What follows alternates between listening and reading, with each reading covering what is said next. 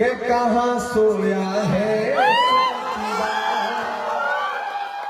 आप थक तो नहीं है? तो मुझे लगना चाहिए कि आप सारे लोग थके नहीं है। कि कहाँ सोया है चौकीदार, कहाँ सोया है चौकीदार। गैस सिलेंडर की कीमत भी 1000 के पार। कहाँ सोया है चौकीदार, कहाँ सोया है चौकीदार। के चाय, कितने भोले और कितने प्यारे लोग हैं आप। चाय का नाम ले लीजिए, पिलाइए मत, फिर भी आपको स्वाद आ जा रहा है। कि चाय बेचने वाला पूरा भारत बेच रहा है। बेच रहा है कि नहीं बेच रहा है? बेच रहा है कि नहीं बेच रहा है? मौजूद मिलेंगे। मैं इमरान, ये इरफान, और एक वादा आपसे करता हूं कि आप इरफान को एमएलए बनाओगे तो सिर्फ एक एमएलए नहीं मिलेगा आपको, साथ में एक सांसद फ्री मिलेगा। ये बिहार की असेंबली में खड़े होकर के आपके मुद्दों पर लड़ेंगे और मैं देश की सबसे बड़ी पार्लियामेंट में, राज्यसभा में खड़ा होकर के आपके मुद्दों पर लड़ूंगा। ये आपको भरोसा दिला रहा हूं। इससे अच्छा ऑफर क्या हो सकता है? एक के साथ एक फ्री, विधायक के साथ सांसद फ्री। इससे अच्छा ऑफर क्या हो सकता है? इसलिए ये भाजपा वाले, ये लोजपा वाले, ये बाकी निर्दलीय जो भी साथी हैं वो आपके बीच में आए तो उनसे कह दीजिए भाई, ये चुनाव एक्सपेरिमेंट करने का चुनाव नहीं है। ये चुनाव सीधे सीधे भाजपा और उनके दोस्तों के बीच में और कांग्रेस और महागठबंधन के बीच में है। इस बार हम इरफान को विधायक बना करके असेंबली पहुंचाने का काम करेंगे। मैं बहुत थका हुआ हूं, मुसलसल सुबह से सफर कर रहा हूं, लेकिन आपको शायरी नहीं सुनाऊंगा तो आप जाने नहीं देंगे, मुझे ये बात पता है। तो मैं एक नज़्म सुना देता हूं। अच्छा, चाय वाला सुनना है?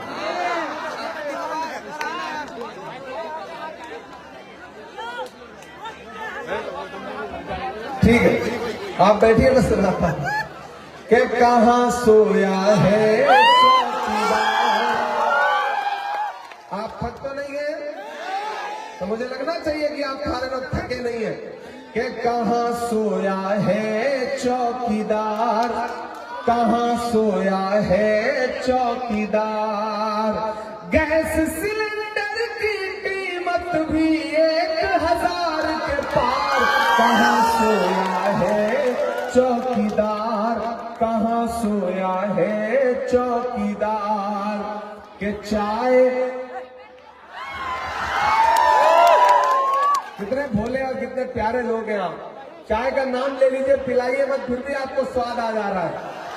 कि चाय बेचने वाला पूरा भारत बेच रहा है। बेच रहा है कि नहीं बेच रहा है? बेच रहा है कि नहीं बेच रहा है? भागलपुर में 1026 एकड़ जमीन, 1, 2, 4, 10 एकड़ नहीं, 1026 एकड़ जमीन नरेंद्र मोदी जी ने अपने दोस्त अडानी को दिलवा दी। जानते हैं कितने में? 1 रुपए में। कितने में? 1 रुपए में।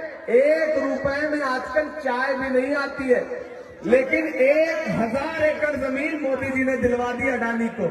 तब इमरान ये मिसरे पढ़ता है कि चाय बेचने वाला पूरा भारत बेच रहा है। इसी काम में हासिल उसे महारत बेच रहा है। कि रेल बिक गई, तेल बिक गया, बिका हवाई अड्डा। उधर से सड़क पर खड़े हैं बिल्कुल हाथ बांध के, कसम खा के आए हैं कि ताली वाली नहीं बजाएंगे। मैं उनसे भी गुजारिश करता हूं कि उनकी भी शिरकत हो। कि रेल बिक गई, तेल बिक गया, बिका हवाई अड्डा। सब कुछ बिकता देख के खुश हैं अपने जेपी नड्डा। के जनता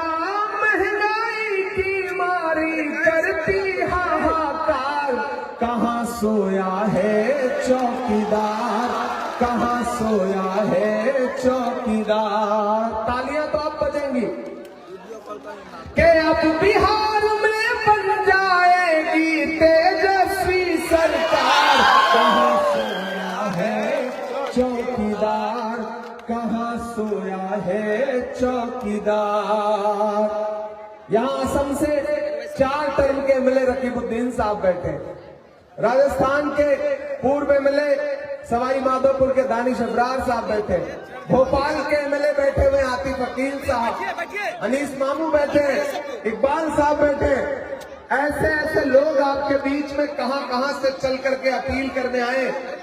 इसलिए साथियों, आप सबसे गुजारिश करूंगा कि इस बार चूकिएगा मत, और वो हमारे बुजुर्ग जो नाराज होकर के इरफान के खिलाफ काम कर रहे हैं, मैं उनको भी पुकारता हूं कि चचा बेटा समझ करके इरफान को अपनी दुआओं से नवाजिए। इरफान बेटा बन के काम करेगा कस्बा के लिए, यहाँ की खिदमत करेगा, ये हम लोगों को भरोसा दिलाते हैं। इसलिए साथियों, एक भी वोट इधर उधर बर्बाद मत करिएगा, एक भी वोट कहीं बांटिएगा मत। चुपचाप आवाज कम आ रही है, चुपचाप। इतने से कैसे काम चलेगा? आवाज आपकी पहले पूर्णिया तक पहुंचनी है, फिर पटना तक पहुंचनी है, फिर दिल्ली तक भी तो पहुंचनी है। कि चुपचाप एक वोट लेकर। सुबह जब कन्याकुमारी में समंदर के किनारे खड़े होकर के राहुल गांधी ने यह ऐलान किया कि मैं नफरत के खिलाफ 4000 किलोमीटर पैदल चलूंगा और एक नारा लगाऊंगा कि नफरत छोड़ो भारत जोड़ो, नफरत छोड़ो भारत जोड़ो। 4000 किलोमीटर राहुल गांधी पैदल चले। मैं चला हूं उनके साथ। जब मैं उनके साथ चलता था तो मीडिया के साथी कहते थे कि इमरान साहब आप सांसद बाद में हैं, पहले शायर हैं, राहुल गांधी के साथ पैदल चल रहे हैं, क्या कहेंगे? तब मैं कहता था कि जो हर जालिम से टकराएगी वो आंधी बनाऊंगा, जो हर जालिम से टकराएगी वो आंधी बनाऊंगा। नए अंग्रेज आए हैं, नया गांधी बनाऊंगा। मैं चला हूं राहुल गांधी के साथ। मैंने देखे हैं राहुल गांधी के पैर के छाले, मैंने देखा है उस शख्स के माथे का बहता पसीना। तो आप तो इस बात पर ईमान रखते हो कस्बा वालों ना, कि मजदूर का पसीना सूखने से पहले उसकी मजदूरी उसे दे दी जाए। मैं रखता हूं इस बात पर ईमान, क्योंकि ये हमारे आका का कौल है कि मजदूर का पसीना सूखने से पहले उसकी मजदूरी उसे दे दी जाए। तो मैं आप सबसे अपील करता हूं साथियों कि मैंने देखा है राहुल गांधी को 4000 माथे का बहता हुआ पसीना सूखा है। मैं आज कस्बा में खड़ा होकर के आप सबसे राहुल गांधी आया हूं, और वो मजदूरी है राहुल गांधी ने अपना नुमाइंदा बना करके इरफान आलम को आपके बीच में भेजा है।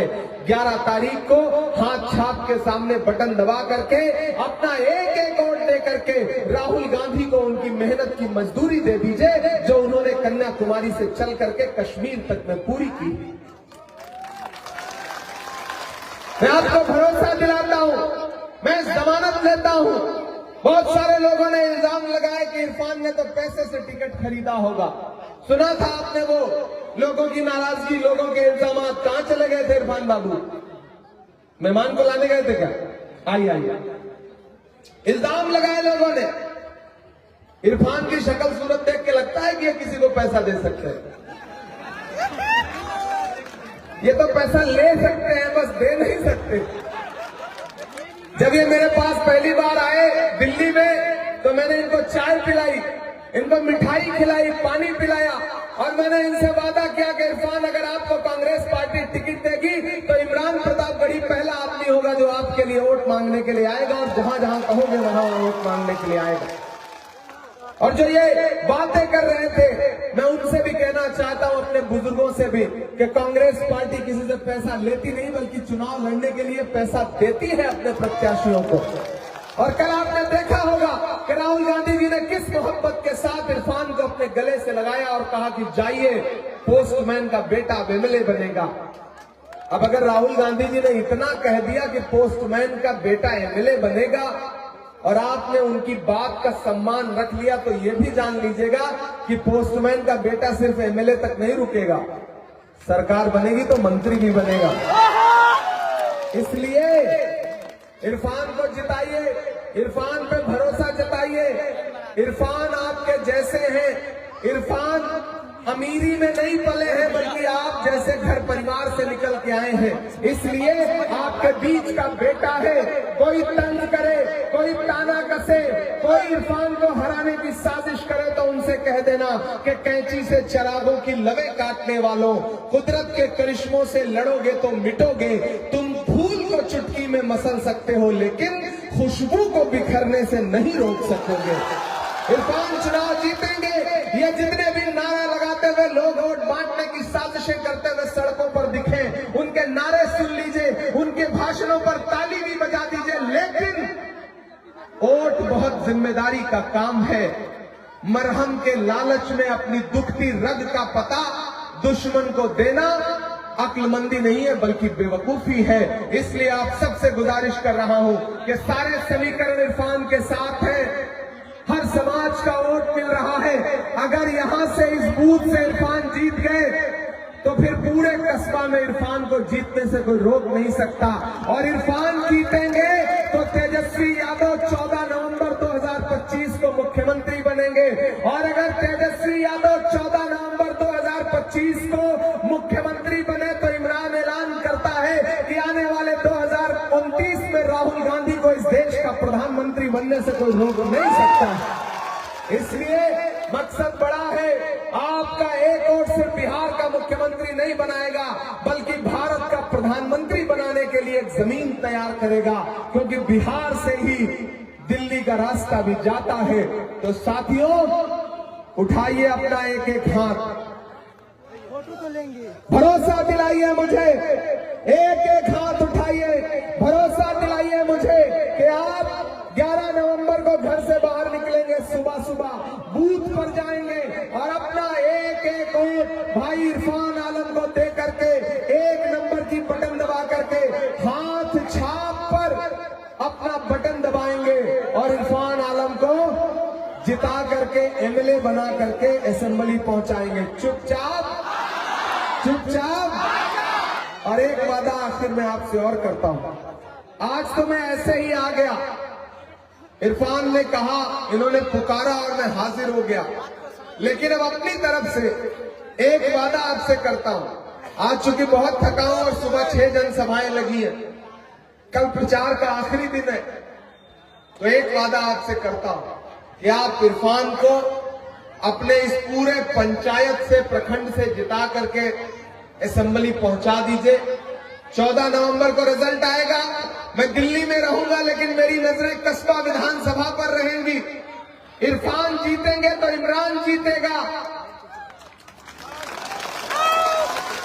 इरफान जीतेंगे तो राहुल गांधी जीतेंगे, इरफान जीतेंगे तो तेजस्वी जीतेंगे। इसलिए मेरे साथियों, आपका एक एक वोट मेरे कंधे पर आपका कर्ज होगा, ये आपसे वादा करता हूं कि उस कर्ज को इंशाल्लाह जिंदगी भर चुकाऊंगा। बदन में जो भी लहू है तेरी अमानत है, बदन में जो भी लहू है तेरी अमानत है, जहां जहां हो जरूरत वसूल कर लेना। मैं आपकी आवाज बन के कल भी बोल रहा था, आने वाले दिनों में भी बोलता रहूंगा, डरूंगा नहीं कभी इस वक्त के हाकिम से। और इसी यकीन के साथ आपसे कह रहा हूं कि आप अगर इरफान को जिता देंगे तो राहुल जी ने जो मुझसे कहा है कि इमरान जाओ कस्बा में लोगों से मिलो, उनसे अपील करो, उनको समझाओ अपने चाहने वालों को कि एक भी वोट इधर उधर खराब न करें। लड़ाई बहुत बड़ी है और जब बड़ी लड़ाई होती है तो छोटी छोटी शिकायतें किनारे रखनी पड़ती हैं। इसलिए इरफान को बिना किसी शिकायत के, बिना किसी शिकवे के चुनाव जिताइए। इंशाल्लाह 14 के बाद एक दिन यहीं पर जीत के जश्न का प्रोग्राम होगा, उसमें आऊंगा और जितनी शायरी कहोगे उतनी शायरी आपको सुनाऊंगा, ये वादा करता हूं।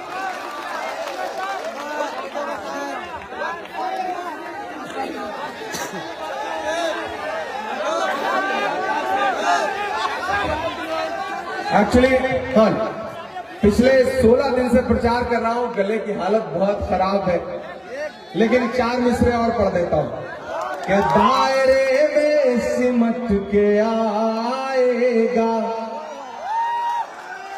वो, जिन्हें लगता है कि वो थोड़े वोट काट लेंगे और भाजपा को जितवा देंगे, लोजपा को जितवा देंगे, मैं उनके नाम ये मिसरे पढ़ रहा हूं कि दायरे में सिमट के आएगा, हर रवायत से हट के आएगा, आंधियों को जरा खबर कर दो, आंधियों को जरा खबर कर दो, शेर वापस पलट के आएगा, शेर वापस पलट के आएगा। इरफान जैसा शरीफ विधायक आपको नहीं मिलेगा, इसलिए मेरे भाई मौका भी है, दस्तूर भी है, इन्हें सहेज के रख लीजिए।